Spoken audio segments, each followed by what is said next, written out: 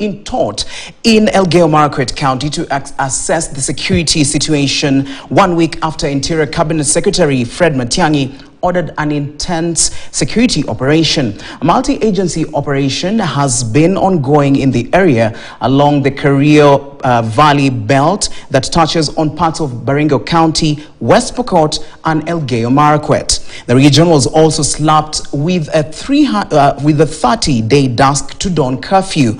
Ibrahim Karanja is currently in tort and now joins us live with an update.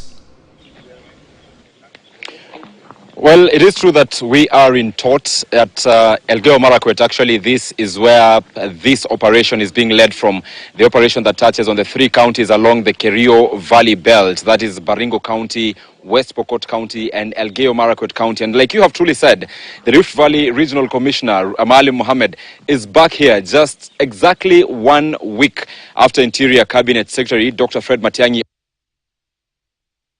day operation, and he is assessing the success or how far the operation has gone to.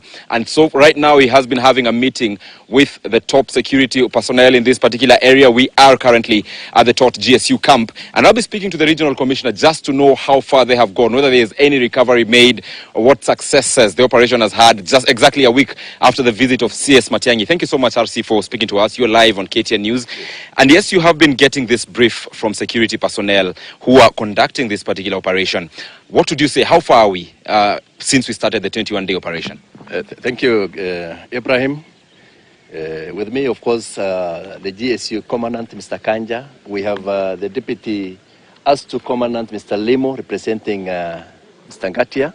And we have the Regional Police Commander, Mr. Odero. And of course, our 3 county security intelligence committees from Baringo, Marakwet, and West Pokot.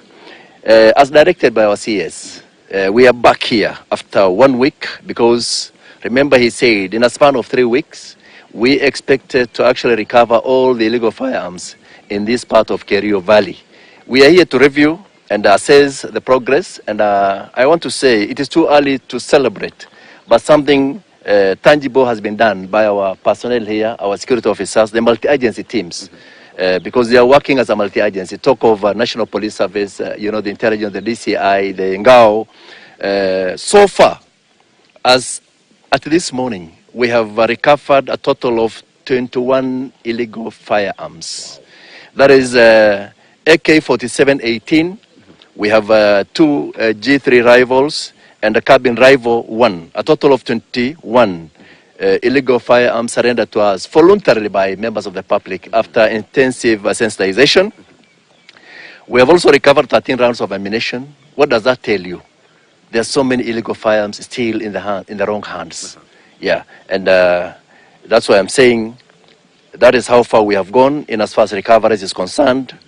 We have so far over 100 people arrested during the dusk to dawn curfew in the 3 counties.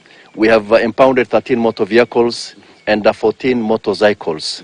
Now, from the feedback of our colleagues here makes it clear that some of the criminals that we were targeting have started relocating to other parts of the neighboring counties, particularly in parts of Pokot, West Pokot County and Turkana.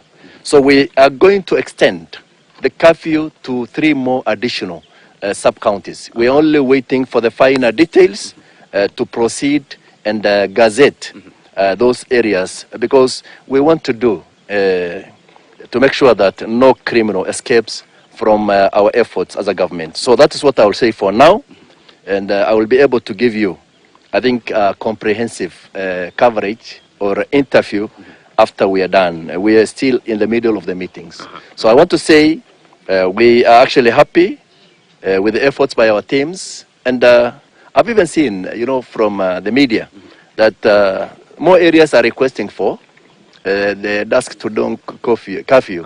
And as a government, we won't hesitate.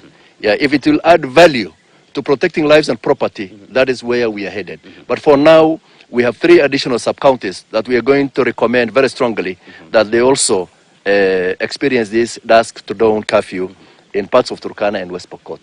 Yes. Of course, it hasn't been finalized, so you may not be. I don't know if you're in a position to mention the 3 sub-counties, but you have said very briefly, sir, that the guns were recovered. They were handed over voluntarily.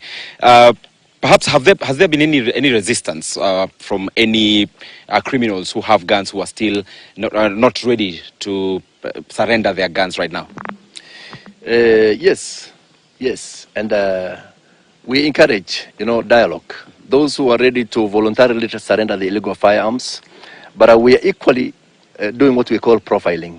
Just the case of West Pokot, already our team there has profiled over 70 known criminals with illegal firearms, and they have that window of opportunity to give us maximum cooperation, failure to which, of course, as much as we are encouraging dialogue and voluntary surrenders, what follows next is maximum force to recover those illegal arms and ammunition in the wrong hands.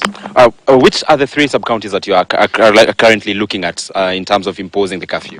Yes, I'm looking at Turkana South. Apparently, some of the criminals have actually started relocating there. We have Turkana East and a part of Pokot North sub-counties. All right. Thank you. In the counties of West Pokot and Turkana counties. Thank you. Of course, we'll be expecting a further brief from you. Thank you so much. Well, there has been Rift Valley Regional Commissioner Maalim Mohammed, who is speaking about the operation here in the 3 counties of West Pokot, Elgeyo Marakwet and Baringo, stating that 3 other sub-counties are being looked at in terms of imposing the dusk to dawn curfew, and says that 21 illegal firearms have been recovered. 21 illegal firearms have been recovered, 18 AK-47 and also 13 rounds of ammunition. And speaking about having identified about 80 criminals from West Pokot who have been profiled, and the security agencies are actually going for them. So that is the latest. Of course, the moment we have that brief, we shall be speaking and bringing it to our viewers just to know how the situation is in this particular county. And just to know, since last week, there has not been any incident reported since the beginning of that particular special operation. Matiang'i said it will be a painful operation. So that is what we are looking at currently.